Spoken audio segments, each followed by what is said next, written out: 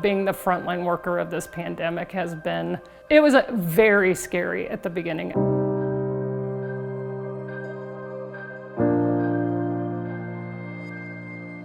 We didn't know how infectious this was. Are we truly going to be covered by our PPE, walking into these rooms to take, control of someone's airway and get them on the ventilator? And so I actually spent 30 minutes writing a note to my kids, and I don't want to get teary, but telling them, if I contract this virus and I die, this is why I did this. For the past 2 years, Amber Rollstin has donned her turquoise scrubs day in and day out, heading into the fray of an earth-shattering pandemic. Turning down multiple offers for better-paying administrative jobs in the healthcare field, she has chosen to stay on the front lines, fighting for the critically ill and critically injured patients at UNMH. If you walk in our door, you're going to get care, and I do believe that people get equal care, and that's why I stay there. Amber's road to becoming a doctor started relatively late in life. I started medical school at 29, so I was pretty old when I started medical school.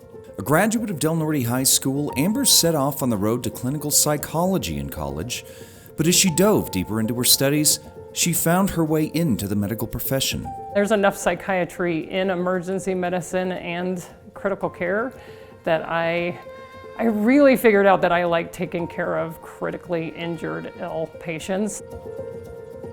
Amber splits her time 3 ways on duty, with trauma ICU, neurocritical ICU, and NICU. And while tending to very sick patients, she's mentoring the next generation of doctors as a professor of emergency medicine. I will always be in academic medicine because when I'm done with my career, what I've passed along to the younger physicians is going to carry through. Amber and her staff all became reluctant students as COVID ripped through the United States in early 2020. It's been challenging to watch one virus take a hold of our community and wipe out families.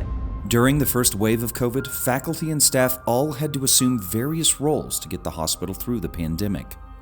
As the surge virus moved westward, critical thinking and critical planning helped Amber and her staff prepare for the worst that was to come. I felt that we were always in control. Watching New York get hit early and fast and be underwater before knowing what hit them. I think we had time to plan. We always had our surge plans in place.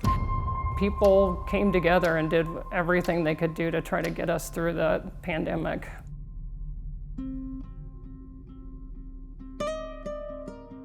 At home, Amber faced an equally daunting challenge. Losing her husband 6 years ago, Amber became a single mother to her 2 kids. I think being a single mom, it's a huge risk to take to risk them being without a parent, but I took an oath, so. That oath to help others drove her to face the most pressing decisions of her life, and through her actions taught lessons to her children which they'll carry forever. Family is my center. They are the reason that I get up every morning.